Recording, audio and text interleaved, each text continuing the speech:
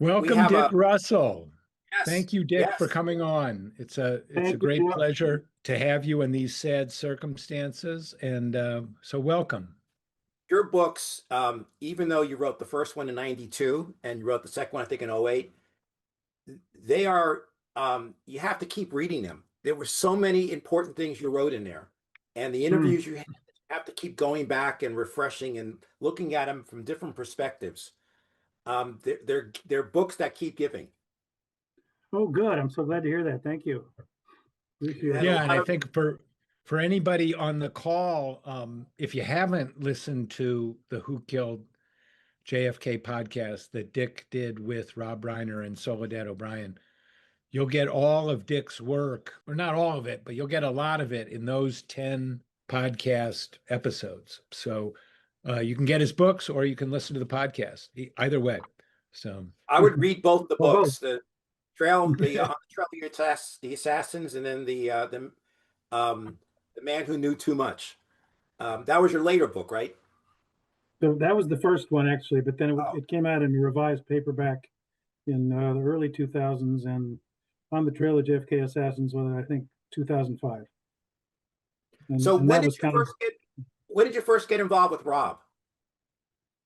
that was 2016.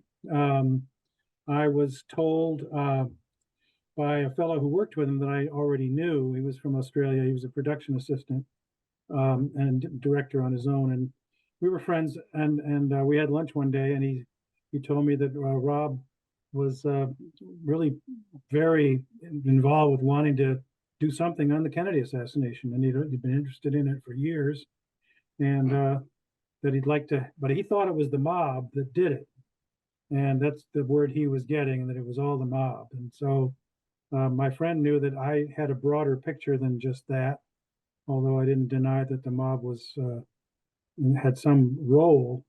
But so anyway, we ended up having a lunch scheduled in the summer of 2016, and Rob got very excited about um, the especially the opening of my book, Man Who Knew Too Much, where I write about this guy named Richard Nagel who goes into this bank in El Paso 2 months and 2 days before the assassination and shoots two holes in the ceiling and gets himself intentionally arrested.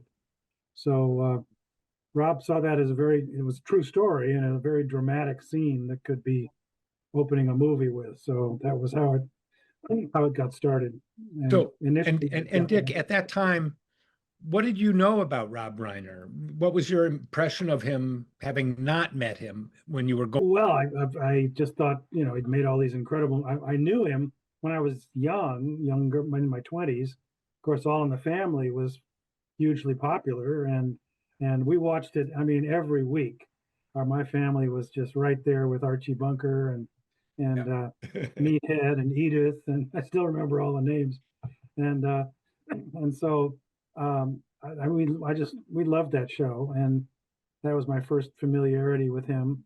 And then, of course, during the later years, he made some amazing movies that I'd seen some of at that time, from Stand by Me to When Harry Met Sally and A Few Good Men and some really terrific films that I was familiar with him about that. And actually, one other thing was that my extended family had a construction company, and I had not done any part of this, but they'd actually built his house, or at least some of it, in Brentwood. So I had that, and he remembered them and said, "Oh, the Fort Hill Construction, they're great."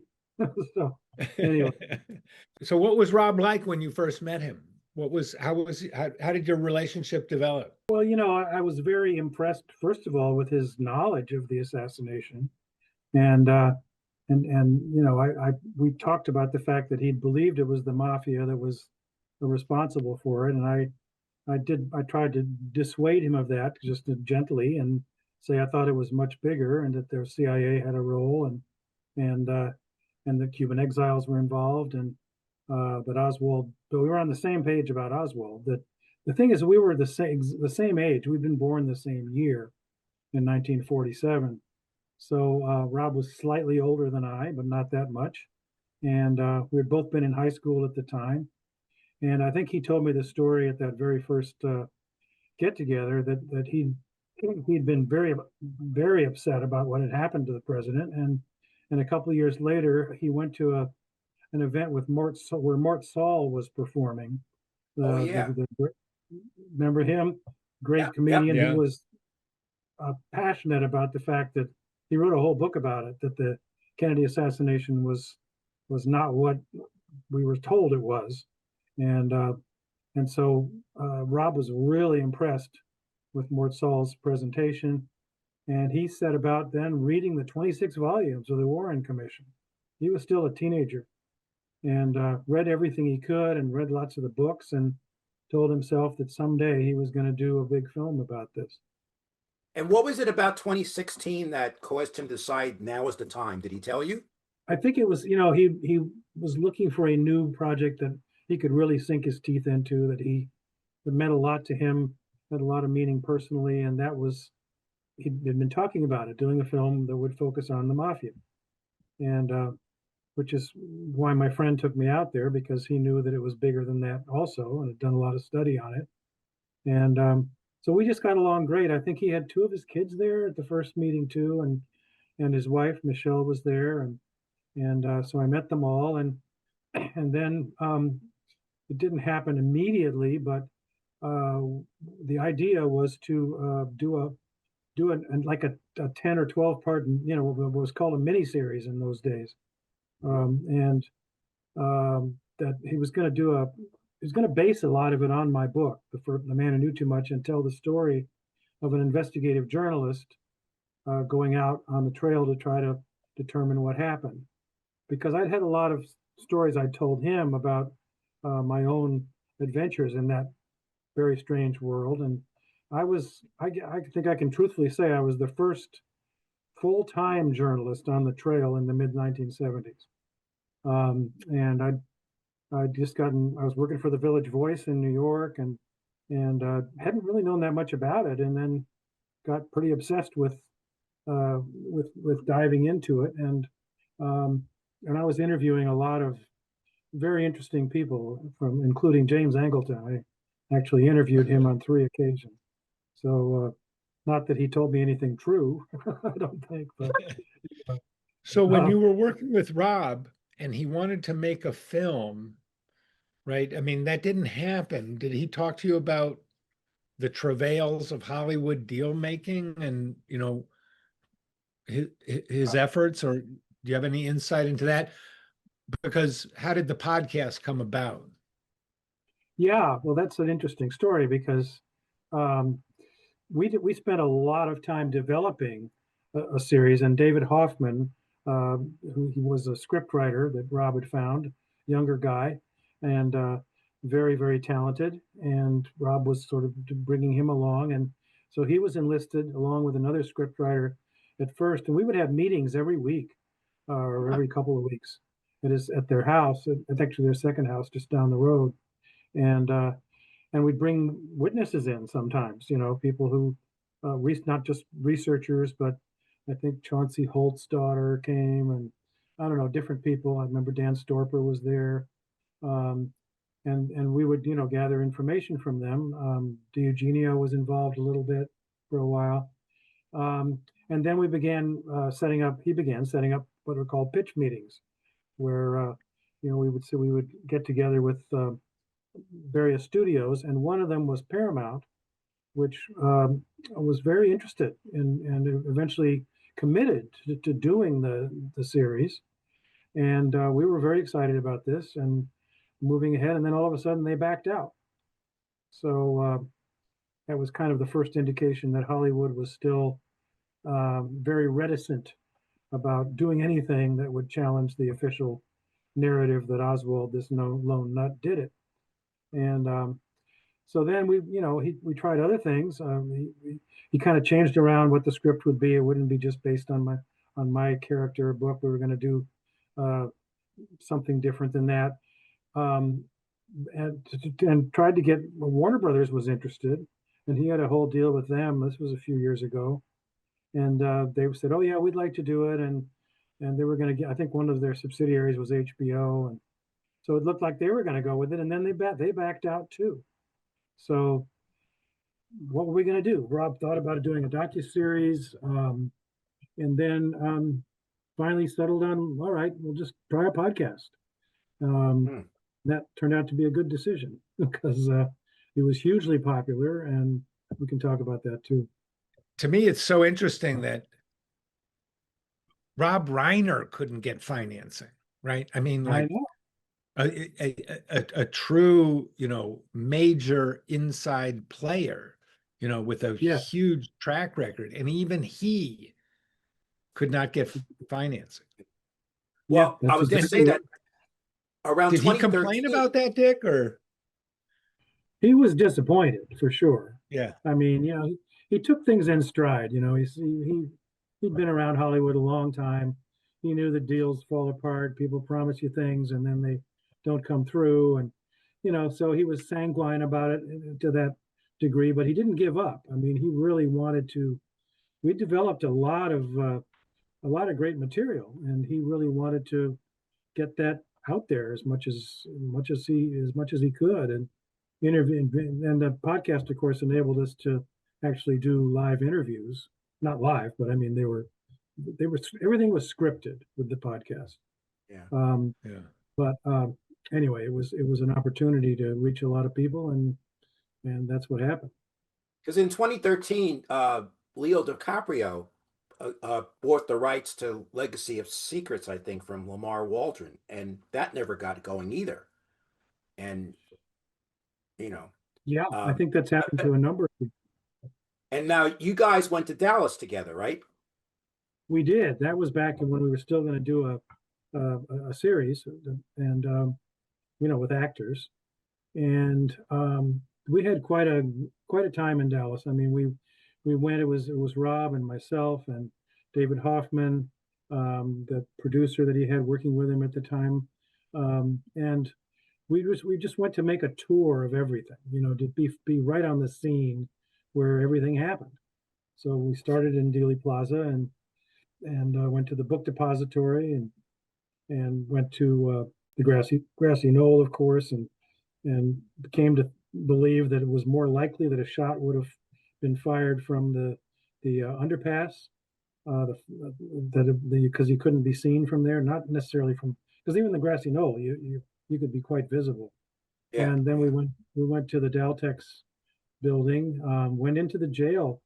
I still remember it was interesting. They said that the jail cell where Oswald had been housed briefly and was the same one where Jack Ruby was taken after he shot Oswald. Huh. And then they closed it down. They never allowed anybody to be placed in that jail again, I guess. And so but Rob and I went inside and stood there, next to the little tiny toilet, small cell, and just kind of,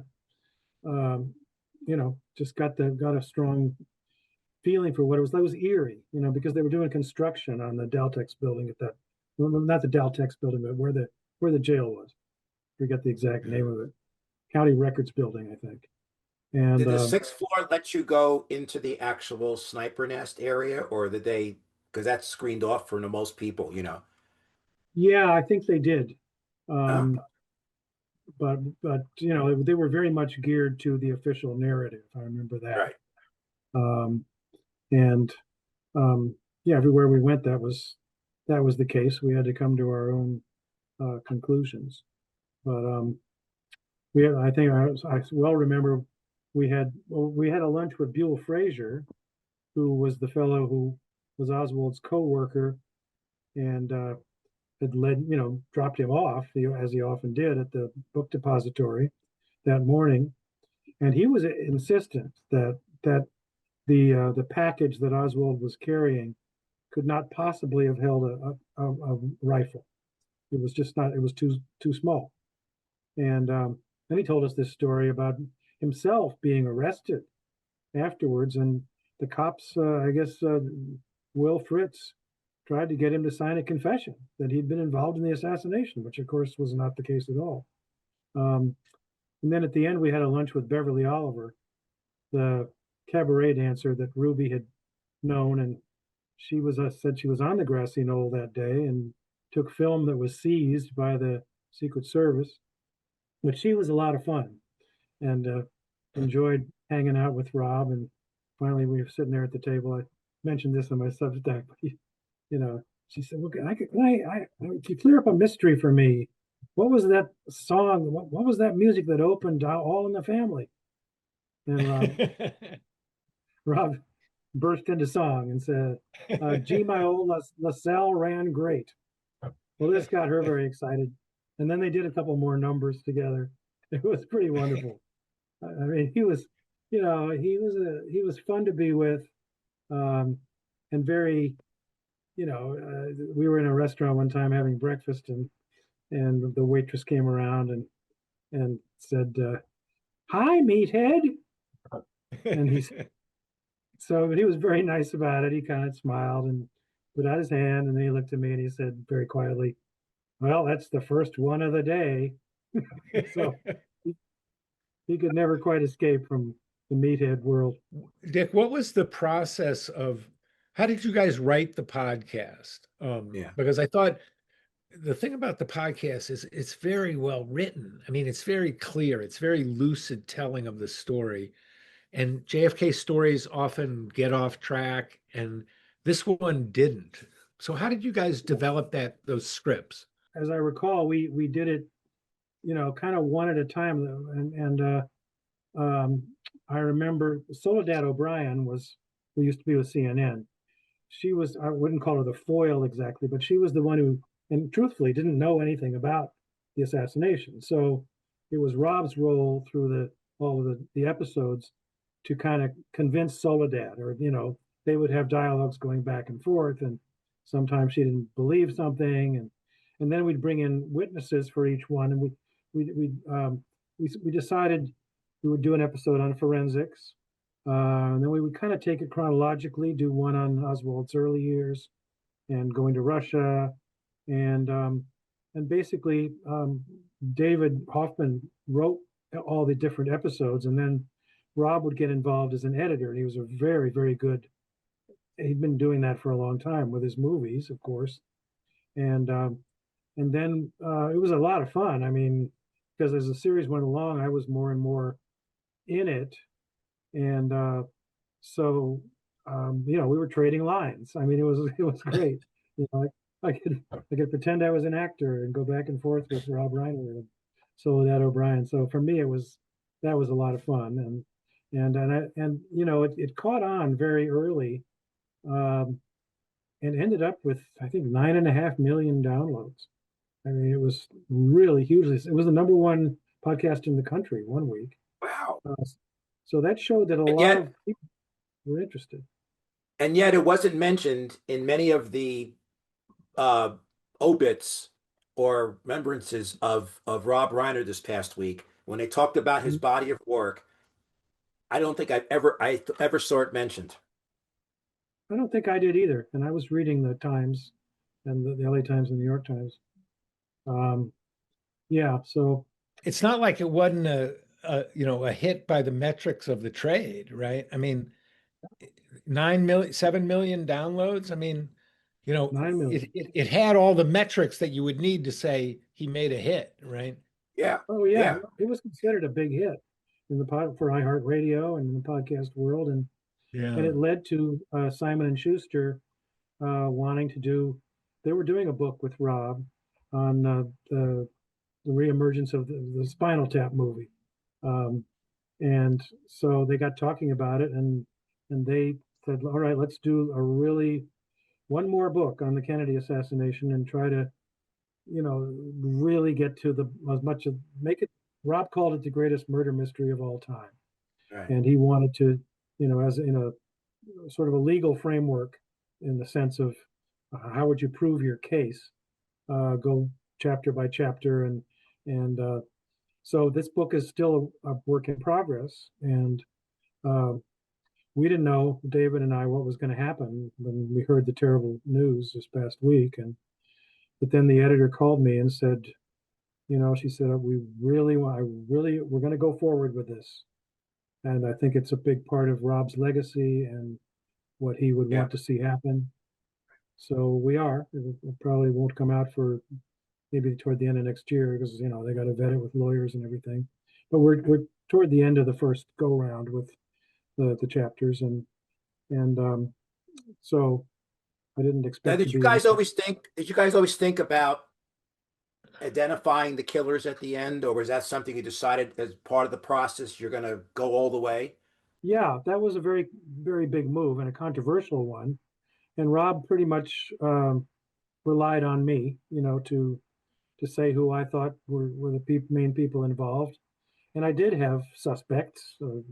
There was no way to know for sure, of Right. course, but there were people that not all of them very well known that I had heard things about and thought very likely could have been involved. Like most people don't know who Jack Cannon was, but he was worked with General Charles Willoughby, who I do believe was one of the overseers of the assassination. My little fascist, as Yeah.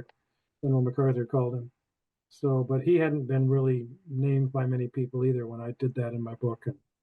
Um, and so, yeah, there was definitely a Cuban exile that I think Jeff agrees was very likely involved, named Arminio Diaz, and uh, and then I think a guy from the mob. I could have been Nicoletti. He was a known hitman. He was in Dallas that day. That's the other way that we determined who these people were, because there were a couple that we named that were likely involved who had for sure been in Dallas, according to CIA files. Jean Swetre was there, the French Yeah. Yeah. hitman, and Nicoletti was there because he was driven in uh, by Chauncey Holt, and we had paperwork on that. Holt had written a letter saying he's bringing this guy to Dallas. So we could make educated best guesses, I think. Do you think that the So Simon is going to want to go with the identification of the killers? I think they would. I Okay. think we have that in there right now. So Okay. Okay. and Nick, just to repeat for everybody, like next fall, you think the book will be out? What can yeah, we yes, for sure it'll be out by the time of the assassination. next year? Okay, November in that time frame. So yeah, it will. good. How long did it take to produce the podcast? I think we worked on it for over a year. Hmm. Um, it was, but then once we started doing the episodes, it was all, pretty quick. But we spent a lot of time piecing it together, and I can't remember. I think we took some. Well, they aired, of course, consecutively or chronologically, the way we did it. But I think we might have not done them necessarily that way when we were working on it. But yeah. Anyway, there were. It was a lot of fun, and I think we did get close to the truth of things in a way that could be appreciated by especially a younger generation. And that Do you was know really whether what was.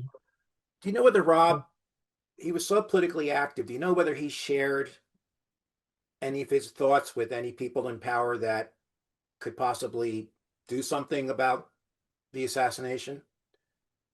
Well, I Like, think did he share with the Obamas or something, or other people? I don't really know what he would have said to the Obamas, or he's very close to. They were going to have dinner with him, the night Yeah. he was last week on Sunday night. So he was very close to them. He was close to. He knew the CIA director John Brennan. He was close to the Clintons, um, and I think it was Brennan who turned him on to a guy that we did do a who was with the CIA, and he believed that there had been a conspiracy, Really? and yeah, and a small Brennan did. conspiracy. Well, Brennan probably believed it too. He said that this guy was very knowledgeable about it, and that Rob should talk to him, and so we Huh. did. We had a whole Zoom call with him, and he was believing Now, it was was that Was that the CIA? Some people in the CIA, they tend to take the Castro did it. There was a conspiracy, but Castro was behind it. Was this guy or Brennan thinking that it was, were they trying to blame it back on the communists or? No, interestingly Oh, not. really? Yeah, he said it was a rogue element of the CIA. Brennan And said that. no, the guy Brennan Oh, had put Rob in touch with said it. And he told us it was a small conspiracy. He'd been studying it for years, I think for the CIA. And huh.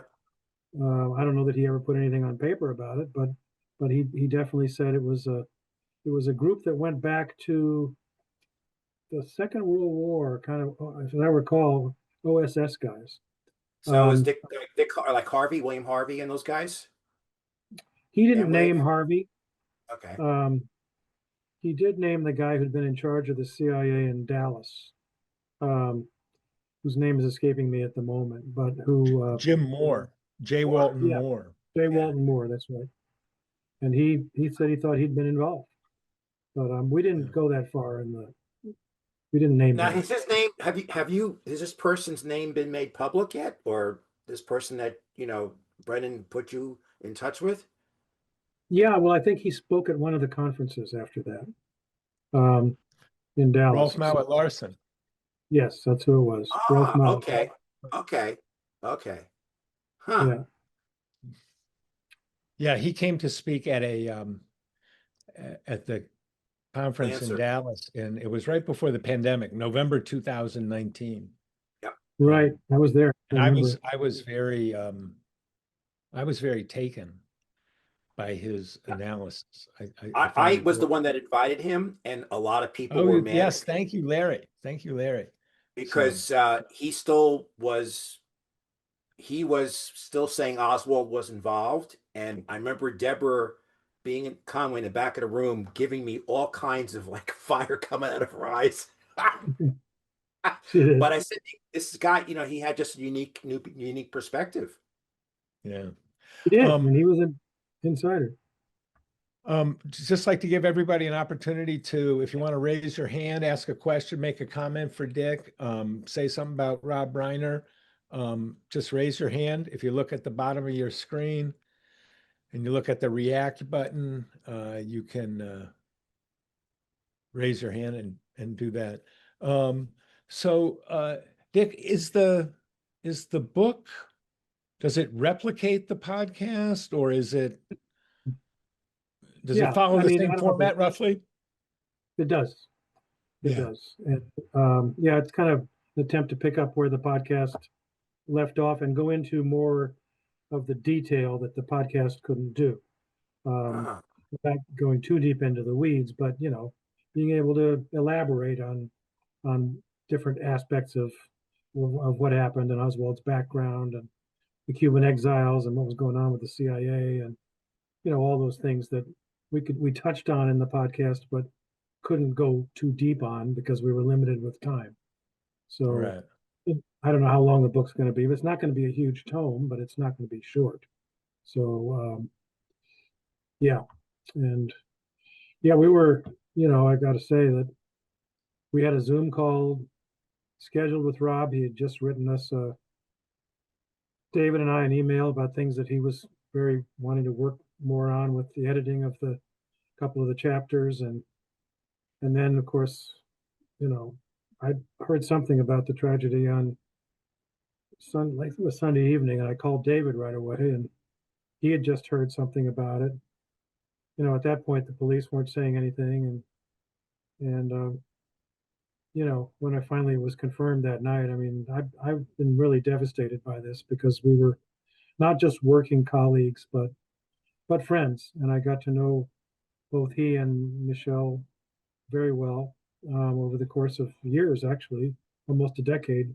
We were working together on one aspect or another of this, and so it's just it's a huge loss to the country. All the things Rob was doing now, involved in trying to save this democracy, and of course, both of us felt that the country had changed irrevocably on November 22nd, 1963, and especially because the truth was never told about what happened. And so people like you, Jeff, picked up the ball, and Larry, you're still doing it. And there's been a lot of effort made to get that truth out. And I think we're probably, after all these years, we're close to certain aspects of it, even though we're never going to know the full inside story. That's for sure. Now, you said that you really didn't get involved in the story till you were at the Village Voice. So when you were in high school and in college, would you just did you accept the official story, or you just like you were busy with other things and didn't really want to dig into it? Yeah, I was a sports writer. I started out, I was worked for Sports Illustrated magazine when I was very young. And I kind of woke up in my early 20s that there was something going on in the country besides sports. There was a Vietnam War and a civil rights movement. And I was a Kansas kid, a Midwestern boy. And then when I woke up to that, I began realizing, wow, we've been fooled about a lot of things. And it was 1975 when I finally deeply got into the Kennedy assassination, and the Village Voice gave me that opportunity. And I interviewed people like Senator Schweiker. Um, Mm. that quote of his that's kind of been passed down about the CIA. That was what he told me when I interviewed him in his office. And, so I traveled around for 2 years and interviewing all kinds of people, from Angleton to Frank Sturgis to Jerry Hemming, and you know learned a lot about that dark CIA world. Uh, and then eventually turned. I waited for years to write The Man Who Knew Too Much because I hoped that Richard Nagel would finally tell me everything. And I realized in retrospect that, he used me in a way. I was, because I came to work for TV Guide magazine in LA, and that's where he lived in the late 1970s. And so we were I would see him on a fairly, not regular basis, but every 6 months or so. And he would tell me a little bit more. And I think, he was suing the government for a full disability retirement. And he finally got it. But until then, he was, I think, telling them, you know, I'm going to tell this guy everything unless you give me what I Ah, want. ah. What was your take on Hemming? You know, like a lot of those guys, he was definitely involved in stuff uh, pretty deeply with the Cuban exiles and the CIA and the FBI. But I took him with a grain of salt. I think, Mm. like many of these soldiers of fortune, he embellished, he exaggerated, and there were things he probably did that he didn't want known that he could kind of gloss over and cover up. But I liked him. I mean, and he was always a good source. I mean, I could call him and he'd tell me new stuff, and then I was always in a position of having to my the way I interview people is I believe them completely as they're talking to me, and then I have to sit down and figure out, okay, where is this guy BSing me and where isn't he, based on other things that I've been writing about, other people I'd interviewed. Because I know Twyman and Peter Dale Scott seem to think that he had a combination of telling the truth, but also fabricating things to protect people. Like he couldn't be 100% Yeah, honest, and he would take I would people say off. that's definitely true. Yeah, I'd say that's true. That was certainly my impression, and that was true of people like Lauren Hall. I interviewed him. Lawrence Howard sat across from me with a loaded gun in case, I mean, it was a wild ride for a couple of years there. Wow. And then Nagel, of course, died in 1995 under what I call mysterious circumstances. I had just testified. I had just given a talk in Washington. I testified before the Assassination Records Review Board also, and they, unbeknownst to me, had decided to subpoena him and go after his whatever records he had, and also interview him. And the day that subpoena arrived in his mailbox in LA, he was found dead in his apartment. So Wow. I think they made sure he wasn't going to reveal anything than more than he already had. That's a story that sort of was repeated in the mid 70s with a bunch of people. Hey, Bill. Hey there. Good to see you, Dick. And my sympathies to everybody who is touched by this terrible tragedy, and you are right in the thick of it, my friend. It's so hard. As I was saying earlier, I got to meet him and Michelle once, and it was unforgettable just how wonderful they were, and Yeah, they were wonderful people.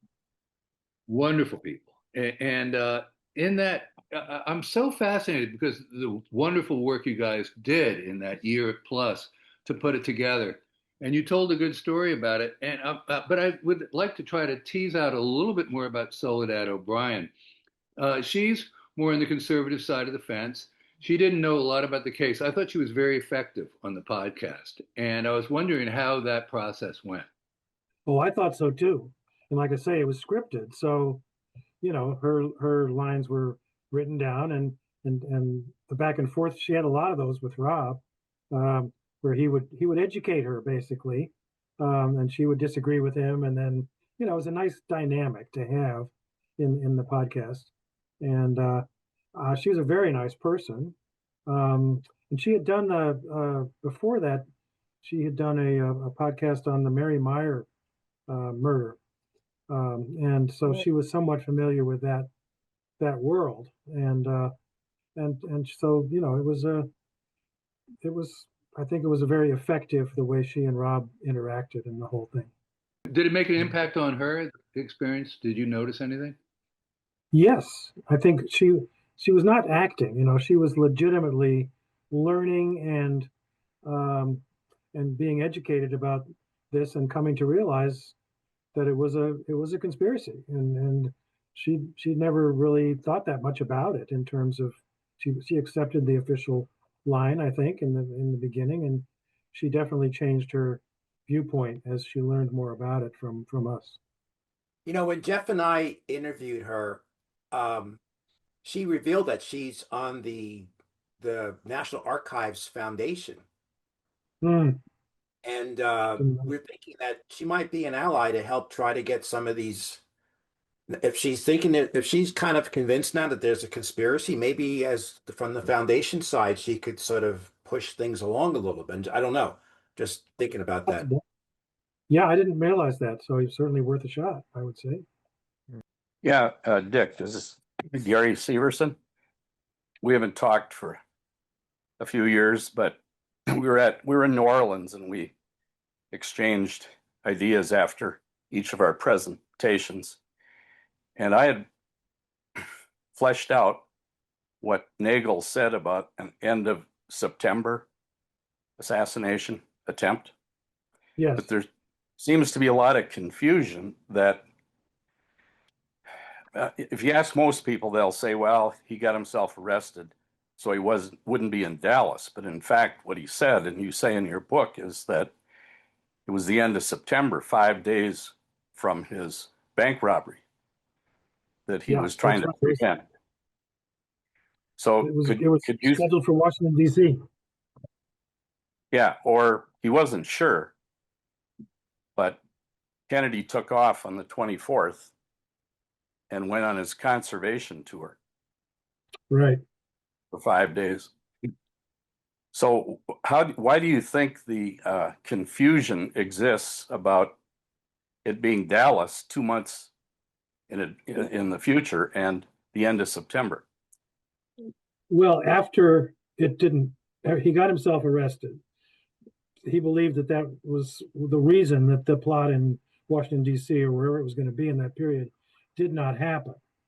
But then by the time he was sitting there waiting at his arraignment, he had somehow gotten word that there was something going to happen in Dallas. And that's what the policeman, anyway, Jim Bundren, who arrested him, told me in an interview. Not the first interview I had with him, but later. But he remembered sitting next to Nagel, and Nagel saying to him, "You're a pretty good." He said to Nagel, "You didn't really try to rob that bank, did you?" And Nagel said, "Yeah, you're a pretty good cop, aren't you?" And Bundren, who is a rookie cop, he got Rookie of the Year, I think. And Nagel looked at him and said, "Well, I'll just tell you this. This is according to him, the policeman. I wouldn't want to be in Dallas right now." So I think that may be accounting for the confusion, because Nagel did know at that point, which was 3 weeks before the assassination, that something was going to go down in Dallas. Well, just one more thing. As you know, I've continued to try and flesh out that end of September. And I'm now in the process of setting up a fourth meeting with a CIA agent asset who apparently was involved at the end of September. Hmm.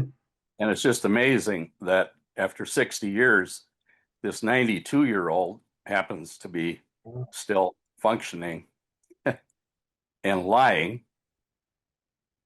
So That's amazing. If you could get him to talk, I'd love to know about that. There was a book done, though, called The Willard Hotel Plot. And I forget the guy's name now who wrote it. But I was in touch with him after he published the book. And that's talking about this plot in Washington, D.C. And it's also on record, I mean, with the Warren Commission, that toward the end of August, Oswald was writing to the Socialist Workers' Party, Fair Play for Cuba Committee, and saying, "I'm going to move to Baltimore with my family." That's right, yeah. So that's right next to Washington. How's everybody? Okay. Mr. Russell, I've read your book. I'm a lifetime Kennedy assassination buff. I was 9 years old the day it happened, and it has impacted my life continually. And it didn't make things any better that we were family friends with Dr. Weck. So I was steeped in a lot of this. I have two questions. First, is it possible, and this was just a pet theory of mine, that several factions who were involved in the shooting didn't know that the other factions were in Dallas that day? I'll let you answer that one first. I would say yes. I mean, I believe, and I have no evidence other than that there was something called Operation Northwoods, which hypothesized this kind of thing. But I think there was a false flag operation that was being run by an element of the CIA that included Desmond Fitzgerald and higher ups in the CIA who were plotting to kill Castro at the same time, and who wanted to run a false flag operation where Oswald was involved. They were going to try to get him out of the country and get him to Cuba and make it look like Castro did it. And I think that was hijacked by another group that was aware of it and basically took over. And that the first group in the CIA, of course, would have to cover it all up themselves because the finger might point at them, right? Unjustifiably, in a sense. And but I think that they were as shocked as anybody else when this went down and the president was actually killed. Now, I can't back that up with anything. It's a gut feeling I have. And I know that Northwoods was a real operation where they were doing things like that and trying to anyway, and presenting that to Kennedy, who said, forget it. Do you think Oswald? My other quick, go ahead, sorry. Go ahead, go. Go ahead, Larry. Do you think Oswald thought he was involved in something that was more like a demonstration or something and didn't know that he was like there was going to be a plot to kill the president? And then suddenly he found himself, immersed. I think he was involved in this false flag operation. Yeah. And that then they used him, and the killers used him as the fall guy, as the patsy that he said he was. Yeah. And but he had some other kind of role that he wasn't an innocent bystander. He was involved. And because it's an interesting word to use. He didn't say he was innocent. He said he was a patsy. And right. patsy, people that use the patsy, that word originated sort of like in the organized crime environment. But it's just weird that you would say, of all the words to choose, most people say, I'm innocent of the charges. No, I'm a patsy. Yeah. I thought that Yeah, was I mean, somebody was maneuvering him. As we're yeah, talking about other people being involved. yeah. So, yeah, exactly. My other question, just real quickly, in Jeff and Larry, you could join in this. You mentioned Brennan was former director of the CIA. Um, you would think that John F. Kennedy, being a knighted saint of the Democratic Party, if I was in that position and if I was in that party, I would have opened every door in that building to see what was going on and questioned everybody and brought in all the skeptics like you folks to find out. The other thing is, if Trump has his man in there now, why don't they do it? I don't understand this continued institutional resistance to disclosure. Your turn. I understand it. I mean, I think it's, it's part of the culture for one thing, and I think the CIA was involved with Oswald in different ways, which Jeff has really been bringing to light over the past year, and it's in what the new files are bringing out. And they didn't want that.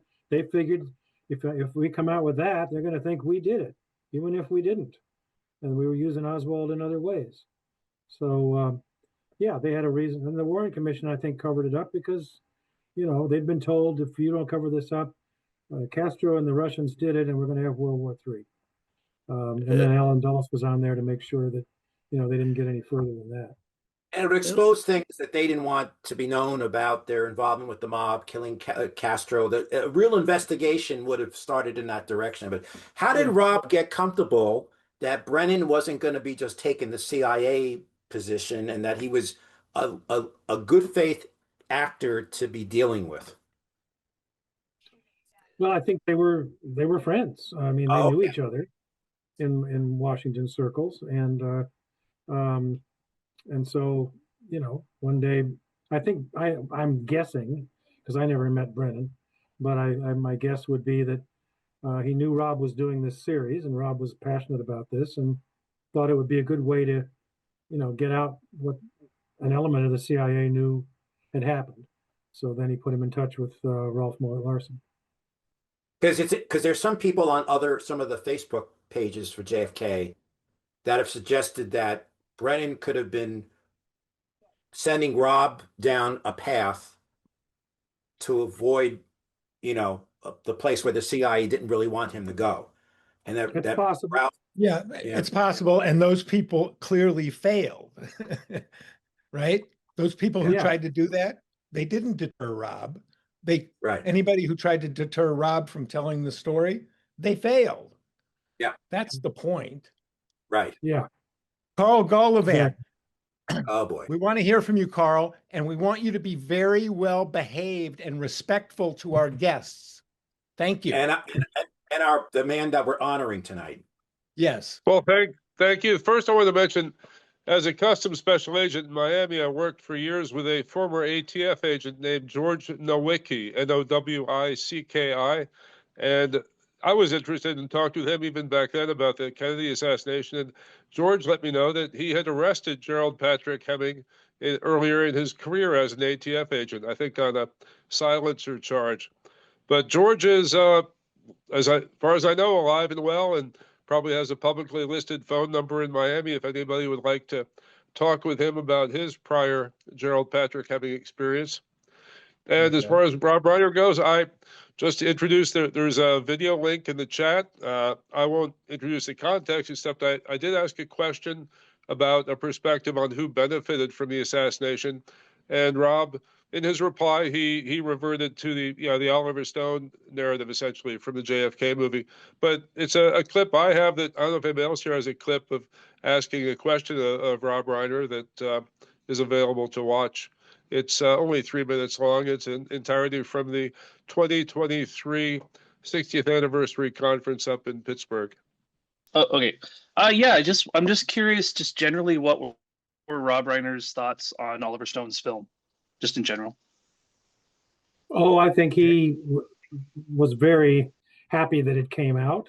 And that the fact that it opened the door for the Assassination Records Review Board, and whether you believed exactly what Oliver Stone was pointing to or not about the Garrison investigation and so on, he made a huge difference by bringing that film out, and it really kept kept the investigation of who killed the president alive, and enabled the ARRB to, do all kinds of good things. Interview the forensics people again, and people like Doug Horn dove into that and really came up with some new material, if you want to call it that. So I don't know if I ever talked to Rob directly about the film, but I think he knew Oliver. Yeah, yeah. One time we had lunch with Oliver. That's right. So they were friends, and I'm sure he was glad Oliver had made the movie.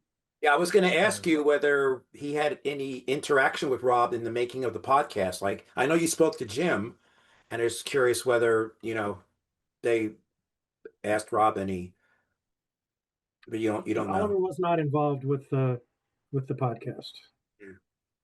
unless he talked to him, some other time about it. Rennie, First, my sincere congratulations and appreciation to Dick and to Jefferson for your fantastic work that you've done for so long. I'm reading both of Jefferson's books right now. Just excellent, outstanding work. My question is, what led you and Rob to Swetra? Well, Swetra I knew in the 70s that he had been evicted from Dallas right after the assassination within 48 hours, and that he'd been there, and that he was, they didn't say he was considered a suspect then, but he was a hitman in France. He'd been involved in attempts against de Gaulle, and he was definitely had CIA ties. I mean, we found this out later, but he'd been in New Orleans and so he was key figure, and then used these aliases that were also, one of them was Michael Mertz, who was a known mafia, French mobster, drug dealer.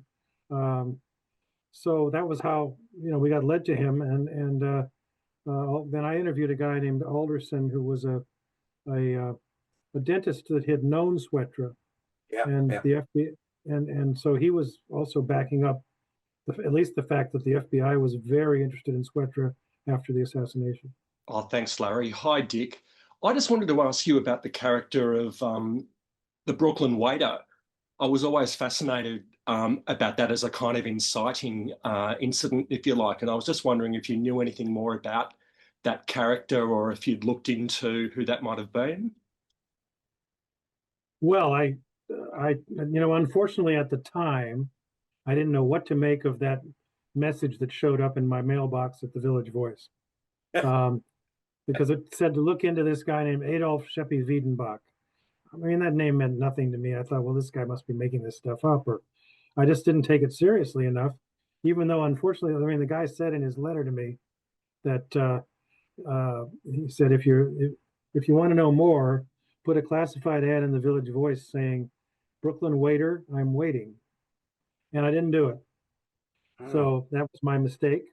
But I later found out, many years later, through my then wife, who was doing some research with me when I was working on The Man Who Knew Too Much, that Adolf Sheppy Wiedenbach was the real name, when he was born, of Charles Willoughby, who, again, he was MacArthur's little fascist. He was a spy master for MacArthur, and in the Korean War too, and he'd come to this country, and that was his original name when he was born in Heidelberg, Germany, in 1898.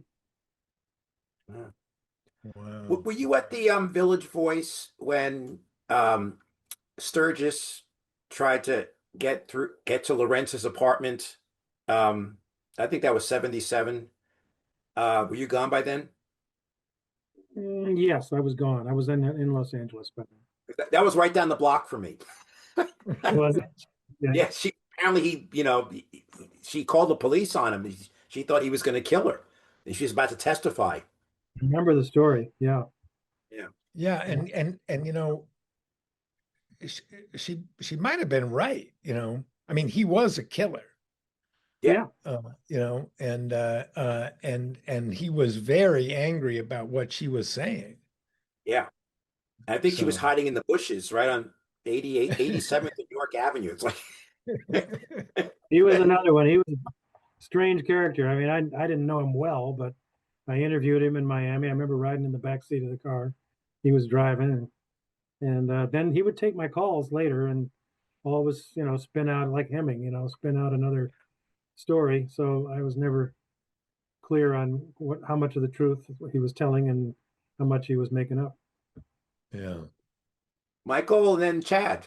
Dick Russell, I love your writing, and my condolences on the loss of your collaborator and friend. The other commenter beat me to the well, he didn't really beat me to the question, but I'm just as intrigued about the Sheppy Wiedenbach discovery. I think that's really quite fascinating, and I happen to be reading that old L.A. Times item of yours where you tell the story about how your wife was saying, read this article or something, and so it led to the discovery of Willoughby and all these ties to the old or older factions of the CIA, so the OSS. And I read David Talbot's Devil's Chessboard, and he thought, and I think there was stagecraft likely applied in Dealey Plaza the day the assassination took place. And I was curious if you had any thoughts about whether that was applied or whether that was something the CIA or this older faction may have deployed in some way. I mean, maybe that's too abstract a question, but I was just curious if you or Rob Reiner had any insights or shared similar thoughts about, whether there was a subterfuge. Do you have any thoughts on that possibility? Well, I guess you'd, tie that into the false flag thing. I mean, I don't know, but there's certainly there were signals being sent from one, person to another. There was questions about this umbrella man. I mean, there were a lot of people in Dealey Plaza that day for one reason or another, and I think some of them probably had no idea quite even why they were there. So that would be part of this subterfuge, I guess, that you're talking about. I have no firsthand information about it, though. Hello. Thank you very much for being our guest tonight. I wanted to ask you something about, because you're one of the few people who's actually written an article about the Russian JFK dossier. You wrote an article on your Substack about it was about Georgy Bolshakov, if I remember. Right. But it brought up something that made me think about the way that the Russian government has presented this dossier is kind of it's kind of like a bid to open more dialogue with Washington, but also the chairman of the archives has said and been quoted in the press as saying that, this document brings the issue, of Soviet involvement in the assassination, to a definitive closure, it's all. And I mean, it is not the document, as you know, is not the KGB surveillance files on Lee Harvey Oswald, which we still would really like to see. And even for those of us who don't really believe that the Soviet government, there's no reason to believe that they were involved in the assassination itself. Richard K. Snagel, I think, was the first time I read of someone who I think was, for real, bringing up this issue of being a double agent or even triple agent. And, I think that his brain trauma did actually manifest itself in many of the contradictions and inconsistencies that he told to you for that book. And I think you pointed some of them out. I mean, I do think he was for real, but I think he was, some of his perceptions were distorted. And I just wondered whether you'd given any more thought to this issue of whether the Soviets knew more about Lee Harvey Oswald than they ever let on, and that they still know something about him. And it's not to say they were using him as an assassin. I mean, I don't think anyone would, but that in some way they knew something that we still know. And have you thought about what that might be? I mean, maybe that's an impossible question to answer, but Well, yeah. I mean, I think they did know, and I think a lot of it is, a covering up on their behalf and on the CIA is this whole mole hunt world, because Nagel he was a double agent. He was given I believe him, he said he was instructed by the Soviets, by his contact, to either convince Oswald he was being set up or kill him in Mexico City. Now that means, of course, that Oswald, Oswald may have been duping Nagel too about his own involvement. I mean, Nagel knew him. He had meetings with him. He'd surveilled him. I think this whole spy game between the Russians and the Americans is a lot of what maybe this cover up has been about on both sides. And the mole hunt that Angleton was on, and that Jeff has written about so meticulously in The Ghost. So Yeah. I guess that's what I. Okay. So Yeah. you've got you've interviewed so many interesting people over the years. Are your files, have you like sent them someplace? Or you still have them in your house? I mean, have you made plans for your papers or? Yeah, well, a lot of them have gone to Baylor because they had a Okay. whole collection there, and then some are still going to be digitized, and then I think we'll also go to Baylor to keep the collection together. But I haven't turned over everything yet, but I will be. Okay. And I think you're also your recent work, you're covering the UFO, the UAP controversy, right? I have a book contract to write about that. Yes. Yes, because you have your Substack, you had some interesting pieces on the UAPs. Thank Um, you. Yeah, there's a lot going on with all that, yeah. and So yeah, I'm Dick, excited about it. on that score, somebody sent me a very interesting piece about um, JFK's actions around something called palladium. Are you familiar with that? A little bit. I think, yeah, there's this Yeah. guy, Jeff Cruikshank in Australia. I haven't really Yeah. studied it, but I Oh, mean, okay. there's a lot of, interesting information, especially that came out this past almost a year ago now from Harold Malmgren on a podcast he did with um, that he was a few days later he died, but he spoke about this UFO that came down in the Pacific that Kennedy was told about, and that he had even visited an Air Force base and saw some quote alien bodies. So there's a lot I think that we still don't know about perhaps what he knew about the situation. Do you buy into that theory that when he was thinking about having a joint space venture with the Russians, that the language he used was about sharing the alien technology that we were reverse tech engineering? It could be. That's all I can say.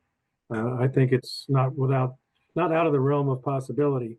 I know that Kennedy, by that point, by the time he was making those later overtures to the Russians, he knew from what, and I believe that's true, that he knew that we had recovered craft and alien bodies, and so he may have seen that was a way to, they were trying to get to the moon, so were the Russians, mhm. to work together toward the peace initiative that he'd spoken so powerfully about after the missile crisis.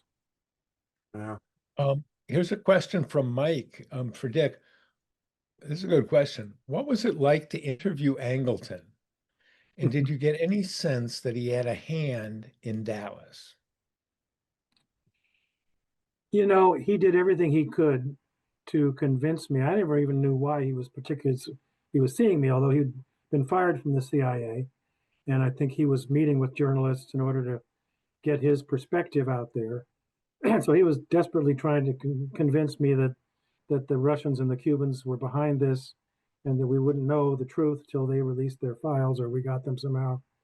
And I mean, it was one of the strangest people I ever met. I mean, he wined and dined me at the Army Navy Club 3 times, and he'd sit there at the table and say he'd have his martinis, and he'd kind of look away and he'd say, "Well, I know who killed Sam Giancana." And I'd say, "Oh, really, Mr. Angleton?" Well, I was in my 20s, right? I said, "Well, who was that?" And he'd say, "Well, it was so it was the mafia. It was he'd gotten in some deals with the mafia that weren't good. In other words, pointing the finger away from the CIA. And then he'd say, "I know where Jimmy Hoffa's body is buried." Teamster who died mysteriously around the same time as Giancana. And I said, it was during the investigations that were starting in the Senate and the House at that time. And I said, "Oh, really? Well, where's that?" It's like, I was just this kid. And then he would say, "Well, it's between such and such a place." So he was like, I don't know. I mean, I think I would not be surprised at all. And I thought this even at the time, if he'd had a direct role in getting rid of the president. And I think we've seen more and more over the years. It's certainly, as Jeff has uncovered, his involvement with Oswald was very significant, and it could have had to do with this mole hunt. I mean, Angleton was a fanatic about we had to find the traitors inside the CIA. But he was, and then somebody told me years later, I think one of his people who worked with him, they thought Angleton himself was a mole. So, and he worked for the CIA. He worked under Angleton. So I don't know. I think Angleton was a lot more to him than met the eye. Jeff, someone dropped a note in the chat, said that a whole bunch of Jamwave records got dumped today on the CIA website. Did you heard anything about that? I saw that note. No, I'm gonna go look. Okay. Is that new material? Yeah, well, I think Luna was to get Jamwave stuff. So I wonder if that's we'll have to. I have to look. I got to go to dinner in a second. So. Yeah. Okay. No, we're finishing up. We're just wanted to. Yeah. So thank you everybody for attending, and thank you, Dick, for coming. It's great to hear your thoughts about this, your reminiscence of Rob. A friend said to me, it's so terrible what happened to him, but think of everything that he gave us. Yeah. That's what I come back to. Think of everything that he gave us. Yeah, right. When you have to say, he did a lot of great things. When my wife died, I had learned the phrase, "Try not to cry because it's over. Smile because it happened." And he gave our culture so much. And he did. He was just the little interaction that I had with him. You could just tell he was a gregarious guy, a real mensch, as Jeff said. And to work with him for a year must have been or almost a decade actually. It was a long relationship and friendship, and we shared personal things. And I mean, it's just devastating, that this happened. And I'm at least glad that I've seen things in the papers that say that they were good parents, and that like many parents in that situation didn't know quite how to handle someone like their son, and tragically things went this far. So even did a movie with him to try to understand them. Yeah.